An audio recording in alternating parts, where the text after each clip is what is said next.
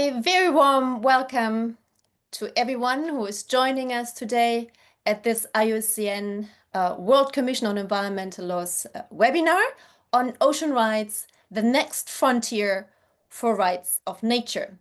My name is Christina Voigt. I'm the chair of the IUCN World Commission on Environmental Law and a professor of law at the University of Oslo in Norway. This webinar today is part of the World Commission on Environmental Law's webinar series, which is titled The Transformative Power of Law in Addressing Global Environmental Challenges. And in this webinar series, we always try to discuss contemporary interesting topics in environmental law. You will find all the previous webinars recordings on our website and also the recording of today's webinar on the WCEL website in a couple of hours after the webinar has finished. Well, rights of nature has become a topic of significant interest and significant impact. Starting in several countries around the world that have traditionally very strong indigenous cultures, for example, Ecuador or Bolivia or New Zealand, we have seen the recognition of rights of nature. But this phenomenon is also spreading to other parts of the world, for example, India or Pakistan or Spain or Germany or the United Kingdom, where we can observe lawmakers adopting acts or regulation that recognize nature or parts of nature, such as forests or rivers or mountains or wetlands or saltwater lagoons, as being an independent legal entity or having legal personality or being the subject of rights, the holder of rights. Rights such as the right to exist, the right to thrive, the right to restore and regenerate its vital cycles or structures and functions. And we also have been able to observe that many courts and many judges in many countries have been upholding and enforcing those rights. Now, today we will lift our vision a little bit to discussing the rights of nature with respect to the world's oceans, a topic that is up and coming, as we title it, The New Frontier in Rights of Nature Discussions. I'm immensely grateful to the chair of the World Commissions on Environmental Law Task Force on Rights of Nature, Professor Philippe Cullet, who is chairing the Commission's work on this very important topic and who also organizes today's webinar. And I also would like to express our gratitude to the Executive Officer of the Commission, Mr. Roberto Coll, who was responsible for the technical support and organization. And I'm very delighted to pass the floor on now to Professor Philippe Cullet to introduce the speakers and to start today's webinar. Thanks, Philippe. The floor is yours. Thank you very much for this introduction and for welcoming us to this seminar. Okay, so we'll divide the session more or less into the hour we have between 10 minutes each introductions to certain issues that we'd like to raise and a discussion. So do get ready to ask questions and contribute to the debate. What we'll do is that we'll have a three-part presentation, three presentations in three parts, starting with a general introduction with myself, and then following with a more specific framing on the international, largely dimensions of ocean rights, and following with a more national level dimensions, which fits with the need to look at the issues of the marine environment in terms of rights of nature from different perspectives and at different levels. So I'll do the introductions now so that we can proceed with the presentations afterwards. The second presenter will be Michel Bender, who is a legal counsel at Ocean Vision Legal, which is the first law firm worldwide entirely specializing in marine protection. Michel created and is a leading expert in the movement towards ocean rights, an ecocentric framework to protect and restore ocean health. She's helped in drafting rights of nature laws and policy worldwide, including in the US, Panama, the Pacific, the Philippines, and within international law and institutions. Michel is a steering committee member of the UNOT Coordinating Office on Connecting People in Ocean. In 2018, she was named as one of the 15 youth ocean leaders by Sustainable Ocean Alliance at the World Ocean Summit. And in 2017, was accepted as a member of the IUCN's World Commission on Environmental Law.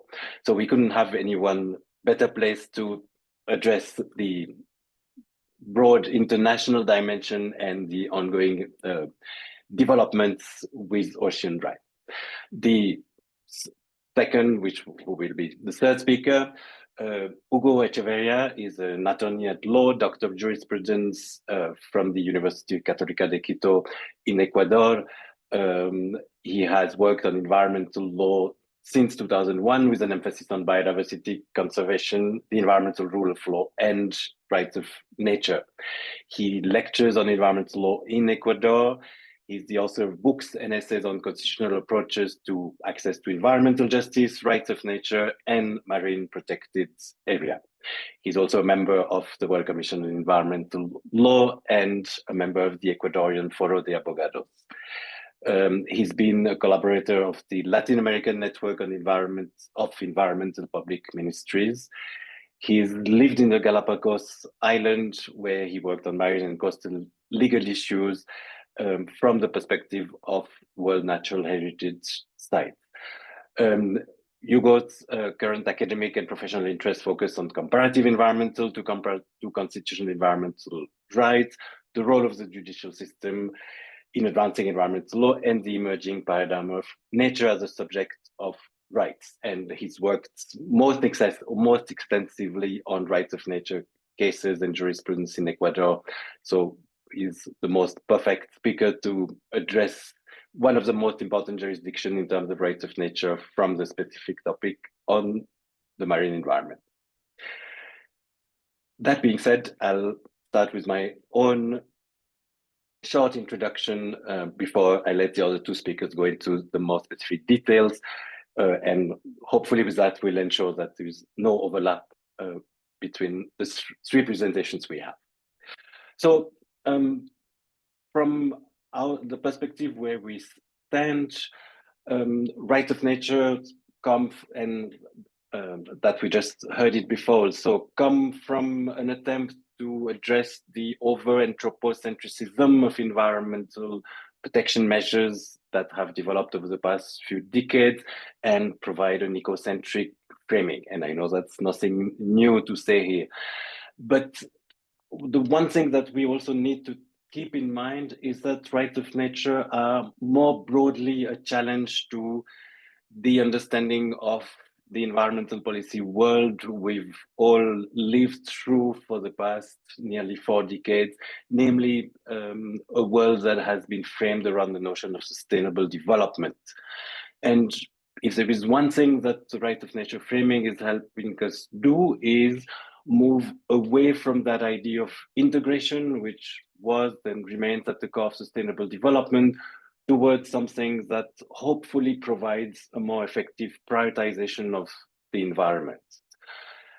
An additional dimension is also that while there is an ecocentric framing at the core of rights of nature, clearly in the way in which they have developed, they are not conservationist frameworks, but they really reflect an understanding that there is nature within which human societies have to live, and that these societies have to live within the constraints of their surrounding environment.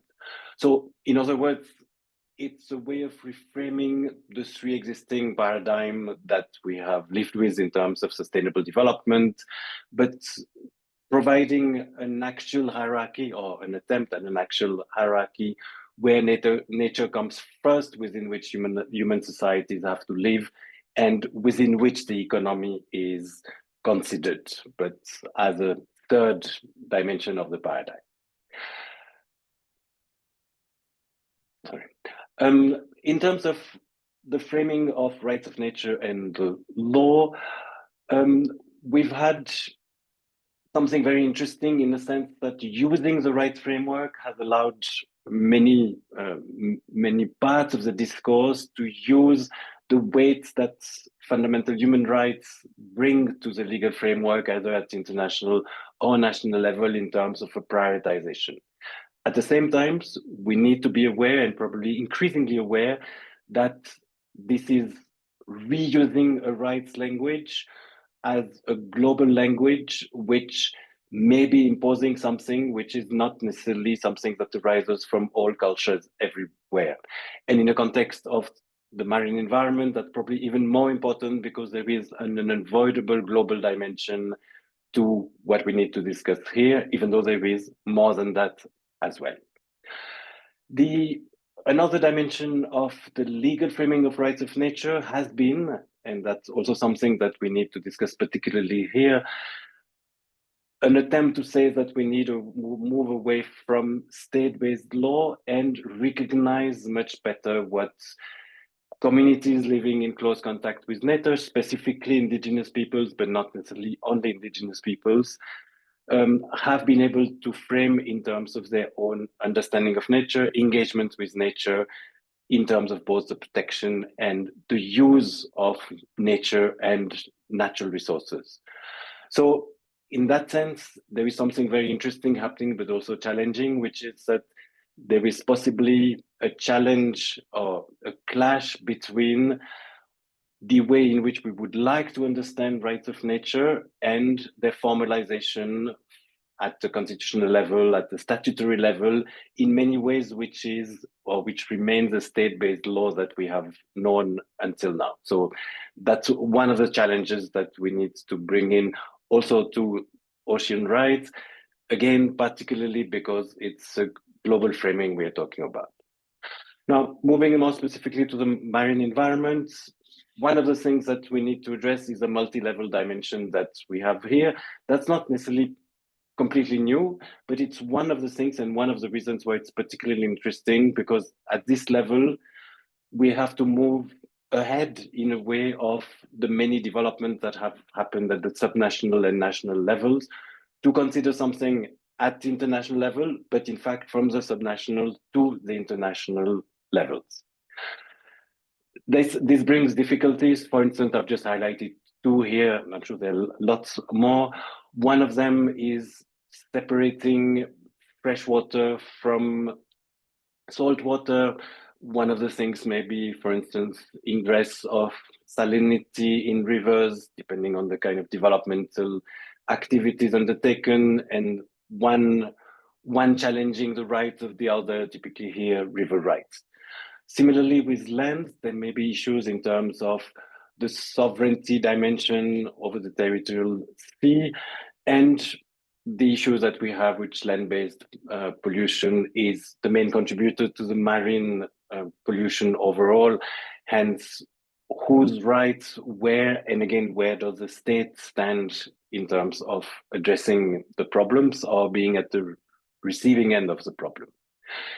In terms of governance, again, the marine environment is something where we would probably automatically think that we want to start from the global level, but at the same time, there may be issues arising, and that's something that simply needs to be addressed probably, in terms of bringing together the human dimension in the ecocentric framework and be able to do what has been done at the national and subnational level in various cases, which is to be able to bring the human communities living in close contact and or depending on the environment in the context. But with the marine environment, it's obviously more difficult because a large part of it will not be directly related or not in the same way as with land.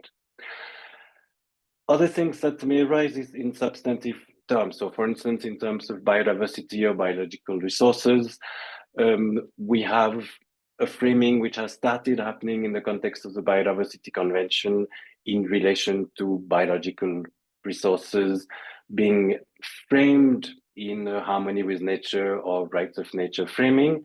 And this, by the simple fact that we have different legal framings for the marine environment on the whole, has not been integrated in the same way yet. For instance, in the BBNJ agreement, which in a way addresses the same question of biodiversity, which, if we are talking about rights of biodiversity, which is one of the components of rights of nature, would clearly need to be addressed in a similar way in both domains. But from a legal point of view, that does raise challenges.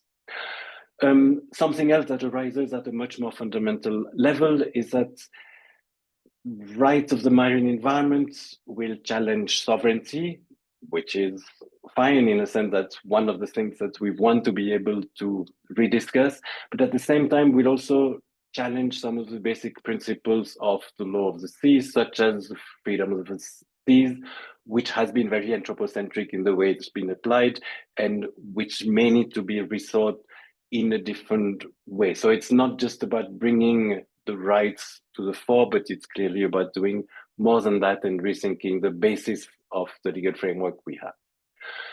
In practice, we have lots of existing examples already, more at the national and subnational level, such as here I've put in Panama and Spain, and there will be the example of Ecuador coming up, so that I have not even mentioned here. One of the things that really we need to be able to do is engage in terms of the right of nature discourse with the broader dimension that the marine environment brings to us, which has not been really the case until now otherwise. And I guess this is what I will now leave the next two speakers to do, addressing it at different levels and in connected ways from the, in this case, let's say we'll pass from the more international, from the international to the local level. Michelle, I'll pass it on to you.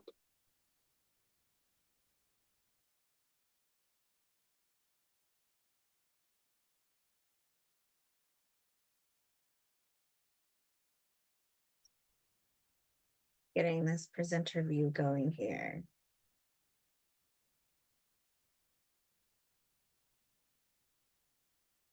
All right, I know mine's not perfect like the last slide, but are we seeing this okay?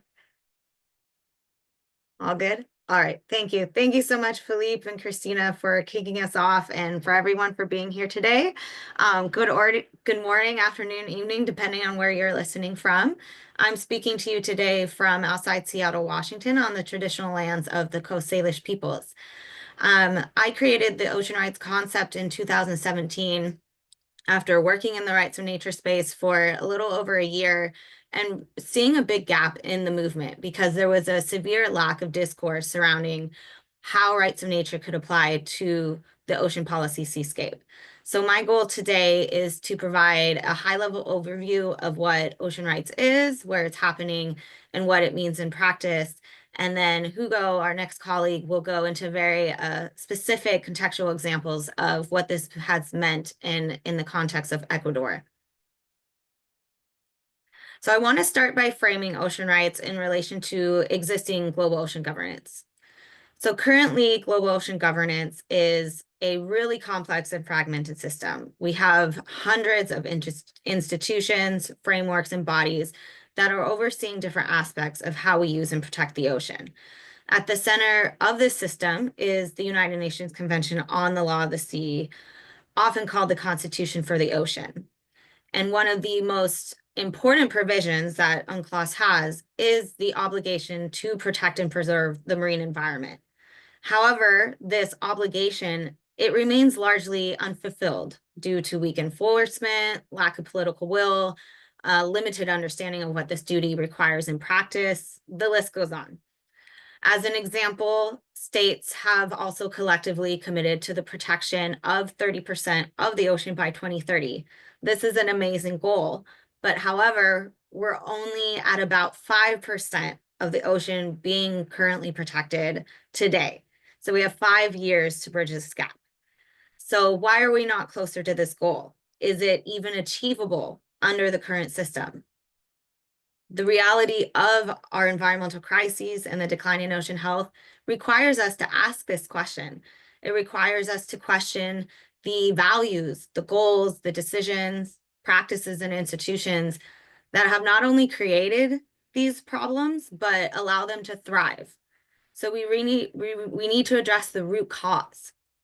And as Philippe introduced, while UNCLOS establishes key legal principles like freedom of the seas, these are ultimately embedded within a colonial and anthropocentric norm and framework. So UNCLOS and other international ocean agreements, they largely center the ocean as a resource. Its biodiversity as a resource to manage. We divide it into zones for economic development with the goal of achieving a standard of health based upon human benefit and utility. So we can see how our underlying values actually facilitate and contribute to over-degradation, over-exploitation, and decline. So without addressing these underlying values, the norms that drive policy and economic activity, we risk falling short on achieving these amazing ambitions like 30 by 30. So this is where ocean rights is offered as a solution and an opportunity. It's not meant to replace existing frameworks, but to enhance them. Ocean rights is the ethical and moral recognition of the ocean as a dynamic, autonomous, interconnected, and living entity with inherent rights and intrinsic values.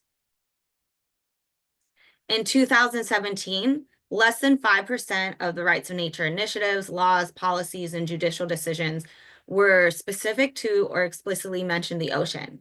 Now, I'm happy to report that nearly 15% of the rights of nature initiatives are specific to ocean ecosystems or species. And next month, Ocean Vision Legal will be launching the Ocean Rights Movement website and declaration, which will include a map just like this, where you can find the examples worldwide of where this is happening and how. You can also join onto the movement to help collaborate and scale. And free resources will also be offered so that anyone can be an effective advocate on behalf of the movement. So these examples that we're seeing, they range from the local, state, regional to international levels. There's really not a one-size-fits-all approach within rights of nature. But I will just give a snapshot of what these examples are in reality. So in 2023 in Panama, a national sea turtle conservation law was introduced and passed that also included a provision recognizing sea turtles as subjects of rights. And this is really a main scope and focus that we're seeing, at least within the ocean rights movement, where we're focusing on migratory species. So whales, dolphins, sea turtles, and sharks are being recognized as legal entities or subjects of rights within different legal systems. And last year, the first Regional Rights in Nature initiative was launched to recognize whale personhood throughout the Pacific. In Ecuador, rights in nature is recognized in the Constitution and also as a guiding principles for the special law of the Galapagos. So we're actually seeing rights of nature being applied to entire marine ecosystems, including the Rio Doce wave ecosystem in Brazil. There have been multiple judicial cases in Ecuador that have invoked rights of nature for marine ecosystems and species, including illegal shark fishing, illegal felling of mangroves, and the most recent one to uphold an artisanal fishing zone. We're also starting to see ocean rights in international law and developments, such as the recent UN Ocean Decade Venice Declaration for Ocean Literacy Action, which acknowledges that recognizing the ocean as a living entity with inherent rights can actually help shift how we value and relate to the ocean. So ocean rights is now being seen as a tool that can help advance ocean literacy and an ocean literate society. And finally, we have the initiative towards a Universal Declaration of Ocean Rights, which was launched in 2022 and is being championed by the state of Cabo Verde. And this seeks to create a universal and ethical norm for global ocean governance by 2030. We have one ocean, regardless of the jurisdictional lines we draw on a map. So this initiative at the international level, I find incredibly important, as Philippe introduced, with some of these gaps and dimensions that we're seeing. This is a consideration of dividing the approach into specific ecosystems and species when we know the ocean has no borders. So this is why we ultimately are looking at consistent and international action. And finally, I do want to mention that there is a motion that we introduced to the IUCN World Conservation Congress this year that's supported by both Panama and Vanuatu, urging members to advance an ethical relationship with the ocean. So we should hear back about if that motion's accepted, maybe this week, next week, we'll see. So stay tuned on that. And so this is just a snapshot. There's over 50 examples where we can show that rights of nature is being applied within marine ecosystems and species. So the big overarching question remains, what does this mean in practice? And this is a focus of both Ocean Vision Legal and the Rights of Nature Task Force Oceans Group, where we're really looking at this. So ocean rights, it advances an ethical relationship between humanity and the ocean, shifting from a relationship of exploitation and separateness to one of care, partnership, and individual and collective responsibilities. But it does not do that with just the recognition of rights. In order to be effective, just like with human rights, this recognition needs to be accompanied by the development of implementation and enforcement mechanisms. These can include mechanisms such as legal standing provisions. So who has the responsibility to represent the ocean in disputes affecting its health? Is it the entire community within a state, or is it a few representatives that are designated as guardians? We need principles and standards to guide decision-making in a way that ensures ocean health is maintained. And we need regulatory and institutional change that creates structures and processes that proactively integrate the diverse values and worldviews and the rights of nature in decision-making affecting the ocean's health. So I want to just end by highlighting 3 implementation and enforcement mechanisms and what they have shown to mean in practice and how they then will apply within the ocean policy seascape. So first, we have rights, which are our most powerful moral and legal concept. They reflect societal values. Rights is one way to show that the ocean is worthy of protection due to its intrinsic worth, separate from human benefit and utility. So entities with rights are afforded a higher standard of protection in Western legal systems. Therefore, protective and preventative action, such as marine protected areas or restrictions on fishing gear, may be required in order to ensure the respect for ocean rights. Second is the principle of intrinsic values. The intrinsic value of the existence of marine species and ecosystems creates an obligation to apply precautionary and restrictive measures when there is a risk of serious or irreversible damage due to the development of an activity. Therefore, when we have scientific uncertainty or high risk of harm, the precautionary approach is a legal obligation, and this obligation can be enforced if it's not adhered to. And we're seeing that in practice.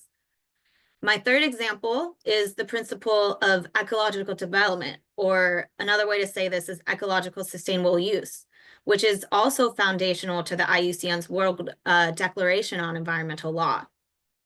This principle requires that the use of the ocean may under no circumstance jeopardize its existence and the maintenance and regeneration of its life cycles, functions, and processes.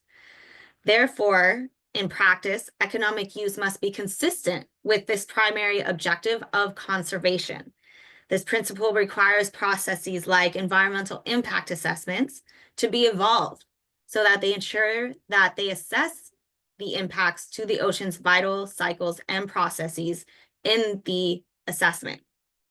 So in sum, ocean rights provides a form of checks and balances for human activity, ensuring that human use respects ecological thresholds and planetary boundaries so that both humanity and the ocean can thrive.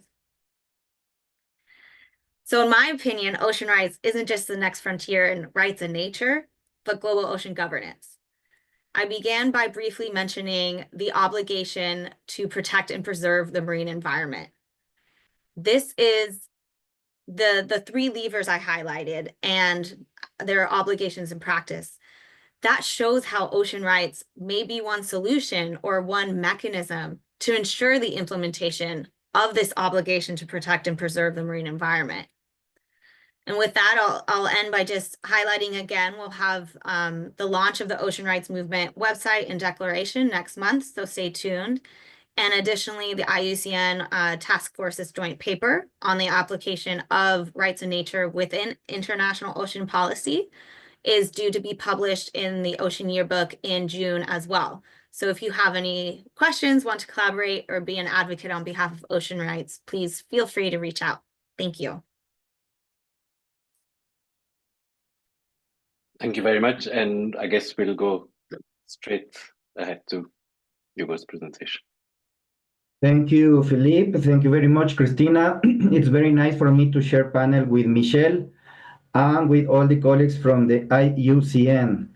Good morning from Quito, Ecuador. I will now share screen. Please let me know if everything is okay with the presentation. Yes, it's fine. Okay, I will take 11 minutes, please. Let me to share with you the Ecuadorian experience on the application of the rights of nature in general, but specifically or focusing on what I call the blue perspective of the rights of nature in coastal marine ecosystems. The picture you see here is taken in Galapagos. I have the privilege of living and working there since 2010 until 2015. And I learned much from this blue perspective, this perspective of the rights of nature applied to marine issues. The presentation is divided in three topics. First of all, I very briefly introduced to a particular topic of the rights of nature that I want to share with you. I then will move to present the Ecuadorian model, and I will focus on the coastal marine case that is the purpose of this invitation. Philippe put it very clearly. This is the rights of nature is an emerging is a trend that is now being assessed and studied worldwide. And basically, it comes in the context of our century's triple environmental crisis and the many challenges the world faces regarding environmental matters. We can address this in the question and answer period, but the main idea that is behind the rights of nature is that the current role of the law in general, not only environmental law, but in general, it seems to be insufficient, not fully effective in terms of environmental protection.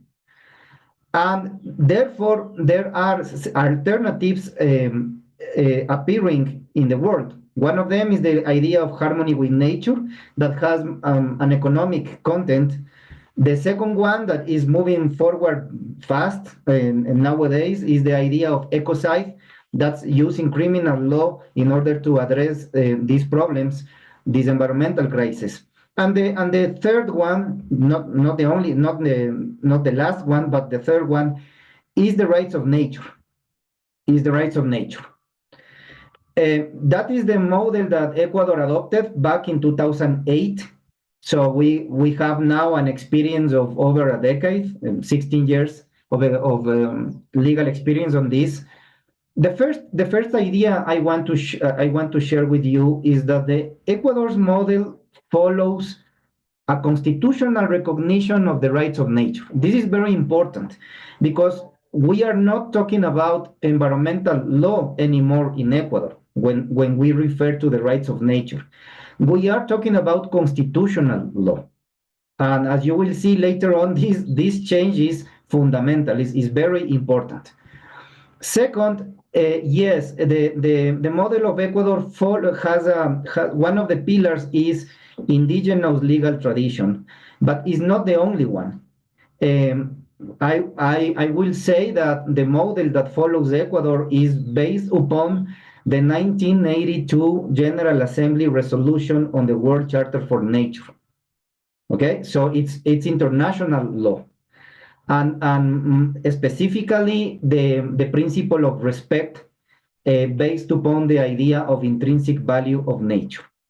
Okay, so second idea I want to share with you from Ecuador is that the approach that Ecuador offers, I invite you to follow the model of Ecuador more closely, is a practical approach.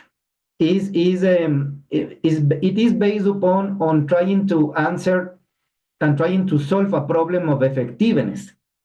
Okay, so you can address the rights of nature in many different ways, philosophically, politically, scientifically, and within the law, one of the topics that we are addressing is a practical topic of how to better enforce the role of nature in the legal context. Okay, and this is why this is not environmental law anymore. I insist, this is constitutional law. Nature is a new subject of rights. It's a new rights holder, different from human subject of rights. And the Constitution recognizes three basic rights to nature: to exist, the right to exist, the right to persist, to keep with vital cycles, and the right to be restored. Okay? Here is the text of the Constitution of Ecuador. These concepts have in Ecuador have become a reality. This is another idea I want to share with you. The rights of nature in Ecuador are not theory, but are practical. And the reason they became a reality is because the cases since 2008 were presented at courts, and some of those cases went all the way to the highest court of the country, which is the Constitutional Court of Ecuador. This is a court that specializes on constitutional rights. So it's not criminal court, it's not civil law, but is specific for constitutional matters. And in Ecuador, this court has very high relevance and very high prestige. So this is one of the reasons why the rights of nature in Ecuador emerged so fast and so seriously. Rights of nature in Ecuador are taken due consideration because the essential content of the rights of nature has been given by the Constitutional Court of Ecuador. Okay, so this is a 100% constitutional interpretation of a constitutional right. I don't have more time to go into this, but the important idea I want to share with you is that the essential content of the rights of nature in Ecuador goes beyond the traditional idea of sustainable development. It is not to protect something, but to respect a new rights holder. So the concept is substantially different. And an important topic, until 2024, the court and the cases on the rights of nature focused on continental matters, on terrestrial ecosystems, you might like. For example, cases regarding rivers, cases regarding forests. So in 2022, the court began expanding the scope of the rights of nature to animal rights, for example, with the world famous Echeverría decision on animal rights and animal law. And in 2024, the court also expanded the notion of the rights of nature to coastal marine issues. So here is the case. I have 3 more minutes. The case is one might say it's irrelevant for the rights of nature, but somehow the case became most important for the rights of nature, because the case is about zoning. So you see, it is not even about environmental law, it's about administrative law, fisheries law. And it is about a constitutional challenge to the law on fisheries regarding zoning. Ecuador has an 8-mile zone exclusive for artisanal fisheries. And in this 8-mile zone, industrial fisheries cannot take place, only artisanal fisheries. Plaintiffs coming from the industrial fisheries sector, individuals conducting industrial fisheries, argued a violation of several constitutional rights, most notably labor rights and economic development. They will argue that they cannot fish in this part of the country, and therefore the provision is discriminatory against them. The Constitutional Court did not accept that argument and therefore dismissed the case. Hence, the provision regarding these artisanal fisheries stays because it is constitutional. Interestingly, in the reasoning of the verdict provides a focus. The court basically resolved the case under an argument on rights of nature. Okay, so a case that in other country is clearly about administrative matters was decided in Ecuador from the lens of the rights of nature. Here are 5 ideas. Please allow 2 more minutes. Very important for the future of expansion of the rights of nature to oceans. First of all, the idea that no constitutional right is absolute. This is very important. Constitutional rights might be limited. And this is a precedent that the court has set in other cases. But in this time, the court used that idea of limits to constitutional rights to protect and to respect nature. So it expanded the idea to rights of nature. Interesting to note that the court said that the right to engage in economic activities might be limited in order to prevent abuses on nature. If there is time, we can explain why the court used the word abuse and not violations, for example. Okay? It's a very strong word. Second, the court said that the fisheries are to be regulated, not only to guarantee human rights, for example, access to food, but also to guarantee the rights of nature. You can see that for the court, the rights of nature are as important as human rights. Not above, not below, but equally important. That's a complementary approach that the court uses in Ecuador. Third, the court used this constitutional law technique of proportionality, the proportionality test that all constitutional lawyers are familiar with. And to conclude that to prohibit industrial fisheries within this zoning, yes, it is a restriction, but is a restriction, a limitation of low impact on other constitutional rights.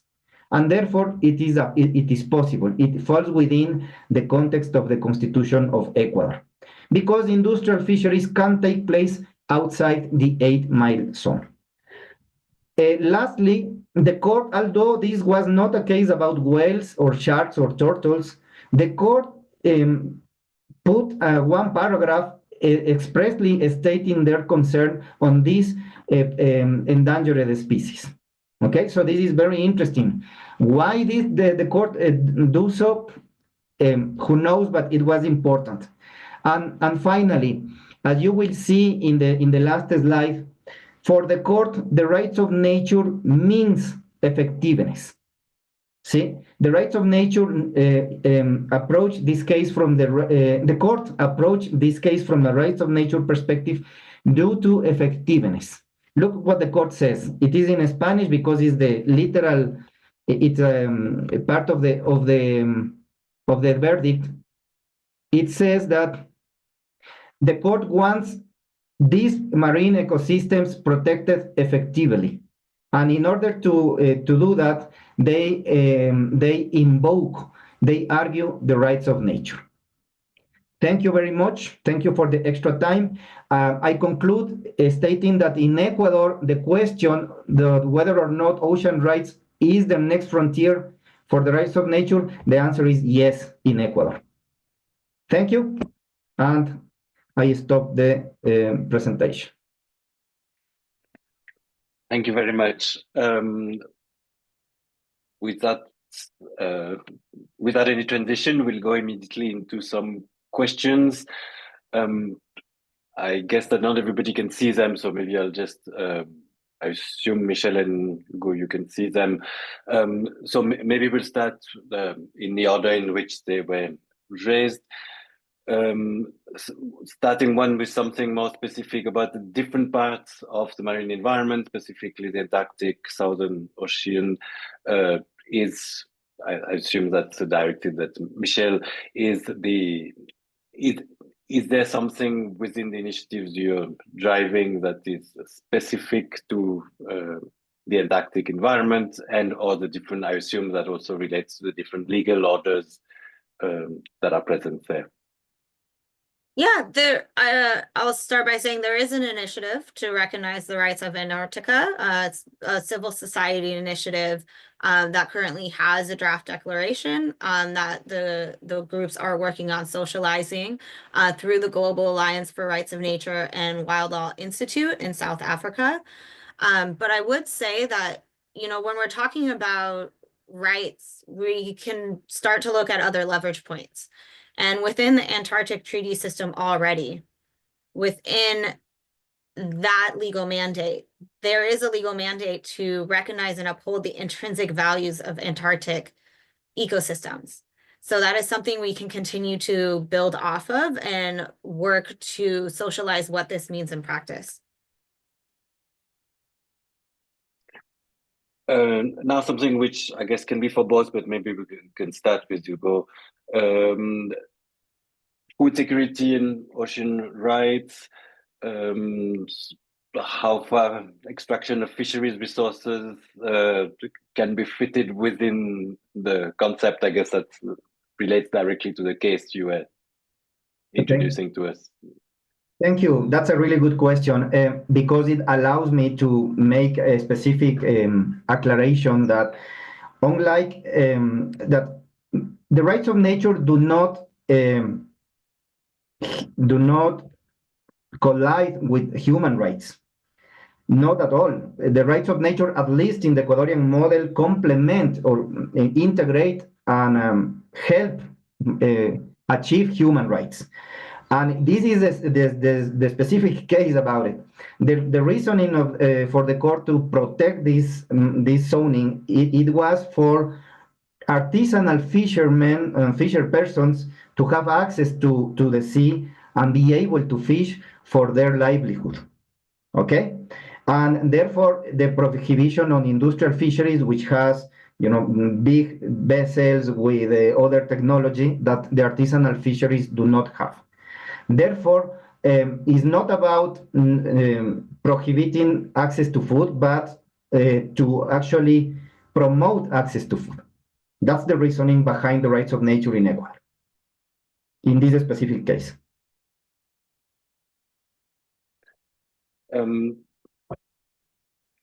Okay, maybe something that could be for both. Can you elaborate more on the critiques of the rights of nature in terms of, I guess we'll focus specifically on the marine environment in this case?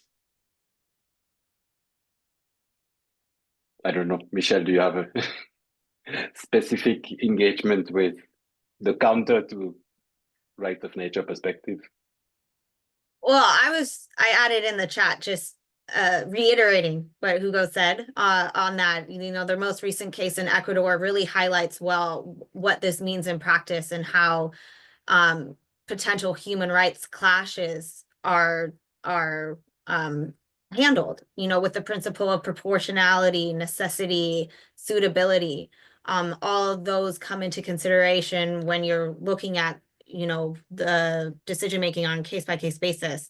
And it really highlights that economic activities such as fishing, such as the human right to food security, is allowed to be maintained. Fishing is allowed in marine ecosystems under a rights of nature framework, but it just requires that there is regulation in order to prevent a severe and significant harm, which benefits both human rights and ocean rights in the long term. I will add to what Michelle mentioned that, yes, the rights of nature being a new idea receives much criticism from everywhere.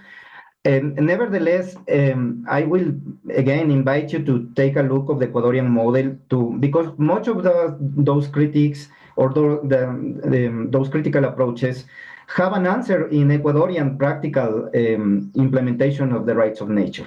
First of all, the rights of nature do not mean to stop economy, but to do better than we are doing right now. That's basically the general message from Ecuador. To put nature to address nature very seriously as all other of the elements when making decisions. And the vehicle to reach to that goal in Ecuador has been the rights of nature. For example, in the case of oceans, the world has a problem on overfisheries. And because this follows unsustainable practices that have not been able to be stopped until today. I mean, not administrative law, not environmental law, not international law. So there are alternatives to look to research to discover to see how the law could do better to respond in responding to these new challenges and huge challenges. Among them, the ocean situation. If we go back to the more global dimension, a question about addressing more the intersection of ocean rights and deep seabed mining. I assume that's more for Michelle. Well, it looked like Christina wanted to answer that one, no? Is that the same one about Sorry, that's from Linda. Sorry, I'm trying to move. Oh, you're jumping around. Okay, sorry, I was going in order, and I saw Christina. Yeah, no, I stopped going in order because I had too many, so I thought I should try to switch between global and Ecuador a bit. Oh, right. Sorry. Okay, continue. Can you repeat? No, so the intersection of ocean rights and deep seabed mining. Deep seabed mining. Oh, that's a great question. Okay, so, well, right now, I would say there isn't quite an intersection, that is being applied in practice. The International Seabed Authority and what is happening with deep seabed mining right now, there is a current focus on prioritizing human rights and the human right to a healthy environment. So there is an intersection there that we can continue to cultivate and work off of because of the 2017 advisory opinion within the Inter-American Court of Human Rights, which recognizes that rights of nature or the human right to a healthy environment is a right of nature itself. And so we could look at, in practice, what does that mean, in terms of the human right to a healthy environment. But I would say there are plenty of cases, just like Hugo already mentioned, in Ecuador, where we can start to see how rights in nature, ocean rights would apply to deep seabed mining because of the mining cases, such as the case of Los Cedros. Los Cedros forest, this is a rare, fragile ecosystem with high levels of endemism, and a permit was given for mining within the cloud forest, which was ultimately found inconsistent with the rights of nature. And so that has very many similarities to what's happening with deep seabed mining in the area right now. This is a rare, fragile ecosystem. With what we do know about it, there's such a high risk of severe and significant irreversible harm. And beyond that, there's so much uncertainty, so much that we don't know. And what we've learned in Ecuador is that when there is uncertainty and when there is this significant or high risk of the extinction of species, the degradation of ecosystems, or the alteration of nature's vital cycles and processes, that the precautionary approach is a legal obligation. So we can, see how this could apply with promoting supporting the precautionary pause that civil society groups and others are currently activating for within the international fora. You wanted to add something? I would like to add, Michelle mentioned the precautionary approach, which is very important in the context of ocean and the law. One of the lessons learned from Ecuador is that the relevance of the precautionary principle. The rights of nature in Ecuador are basically founded upon the precautionary principle. Okay, and if you I invite you to take a closer look of what Ecuador has said about the precautionary principle. Is little known. What the court has said, it's impressive.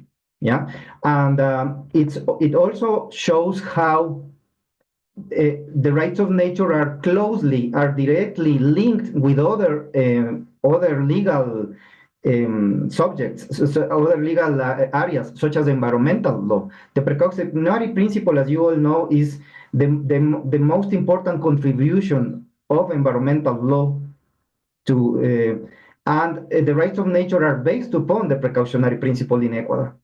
So yes, and in the context of the precautionary principle, the role of science in order to inform judicial decisions is also clearly seen in the context of rights of nature decisions. If you take a look of the verdict on the coastal marine ecosystems, you will note that the judges quote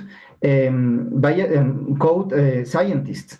In fact, I acted as an amicus curiae pro natura in the hearing, and with me and other amicus were top scientists and oceanographers from Ecuador. So the role of science coming from the logic of precautionary principle is something that you don't see in other areas like environmental law or administrative law in Ecuador, but you do see in constitutional cases regarding the rights of nature. Okay, now maybe a broader question, which is to both, considering that rights of nature would not upset the capitalist status quo and that the objective is to enhance existing environmental protection, how would they deal with the ever-present problem of lack of implementation or compliance? Would there be a way to curb that major problem, given the importance of restoring oceans, to curb the triple socio-ecological crisis? Michelle, would you like to answer first? Just to make sure I'm understanding, is it how to curb the lack of enforcement and political will that we're seeing? Just to understand the question.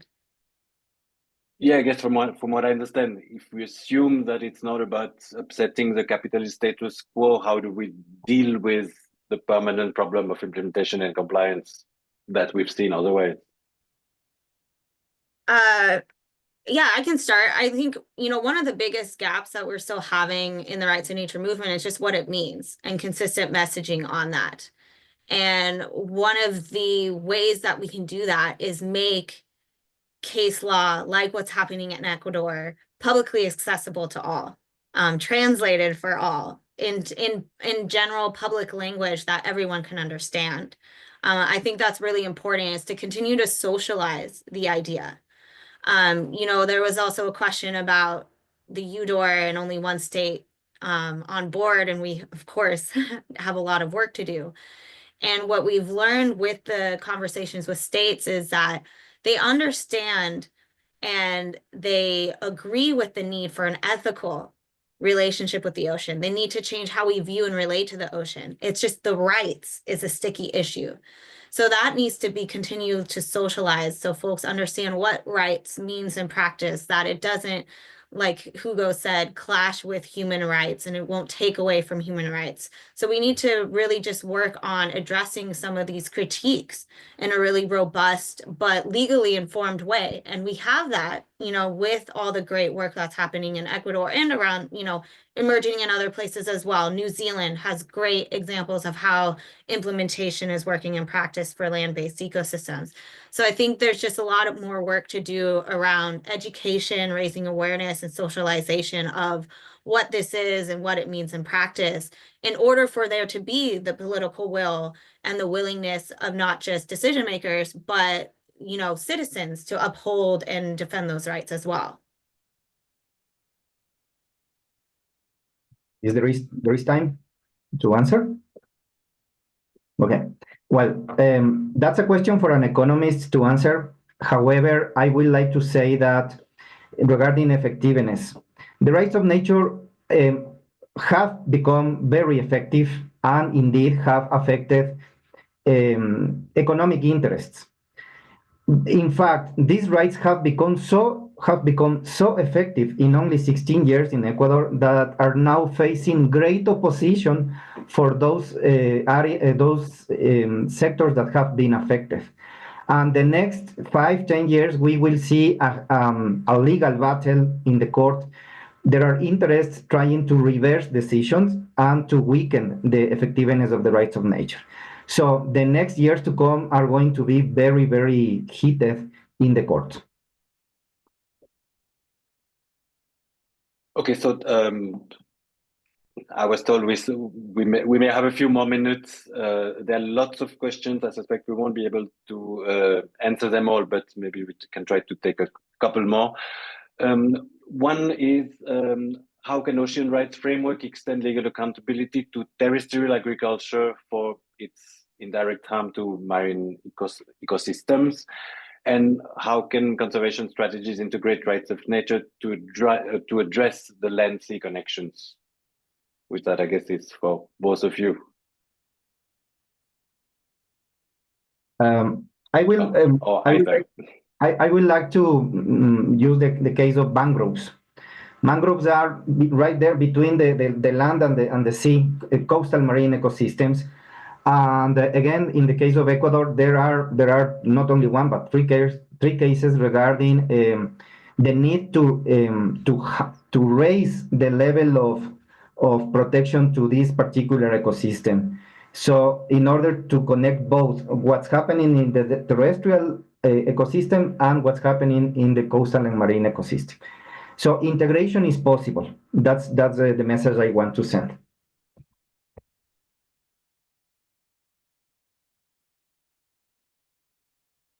Michelle, anything on?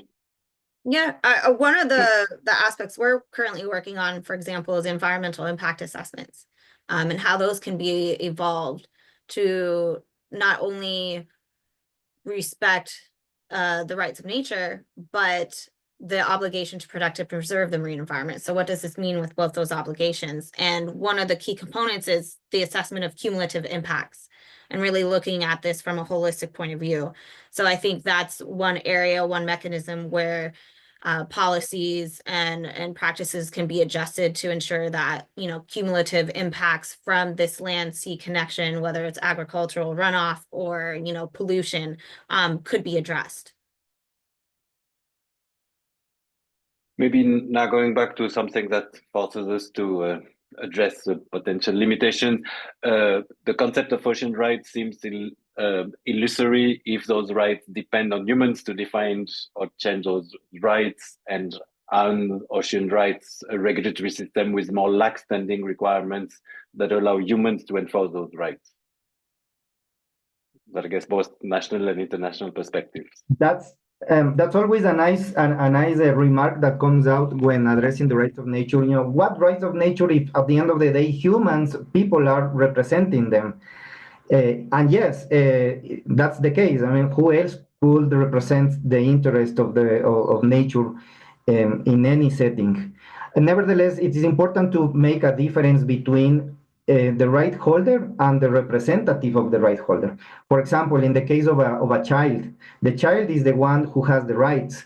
Nevertheless, the parent is the one who represents those rights before a court, for example. Exactly the same situation is happening with the rights of nature. So anyone or a person might represent the ocean before the UN, for example, or before any court of law.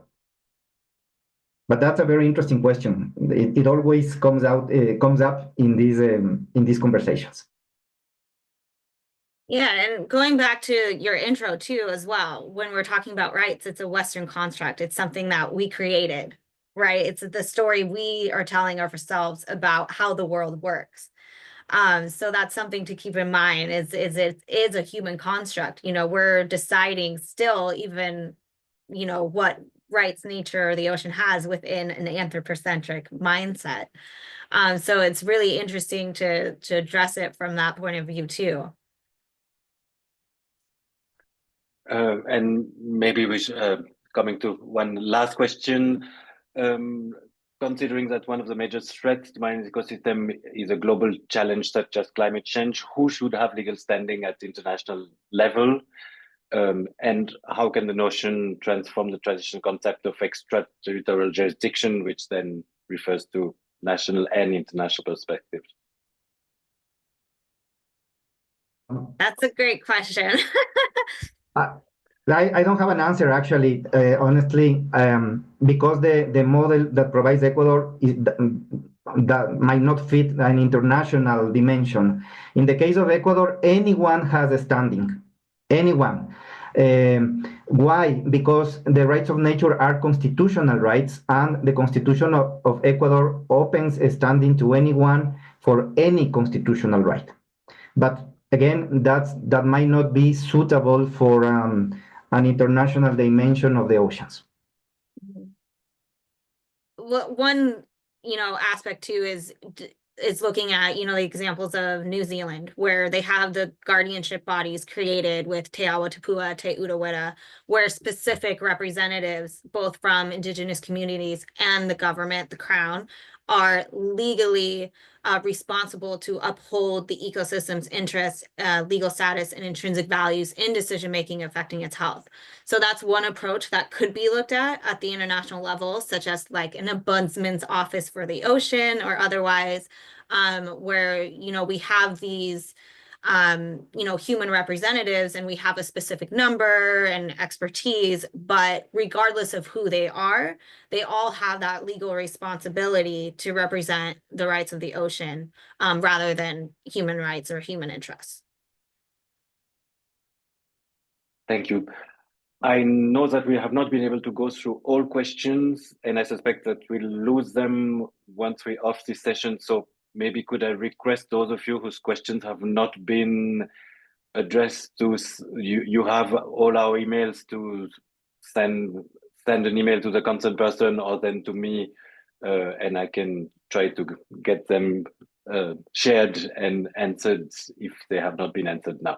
And I guess to finish, I'll like to let the last word to Christina to Thank you so much, Philippe, and thanks Michelle and Hugo for this very fascinating discussion. I think it was very rightly titled A New Frontier in Rights of Nature, because there are many open questions, still questions to be discussed from and within the legal community. And I think the number of questions that you just alluded to, Philippe, in the chat speaks to its own. We do preserve the questions, and I encourage you to try to answer all those that we weren't able to answer during the webinar.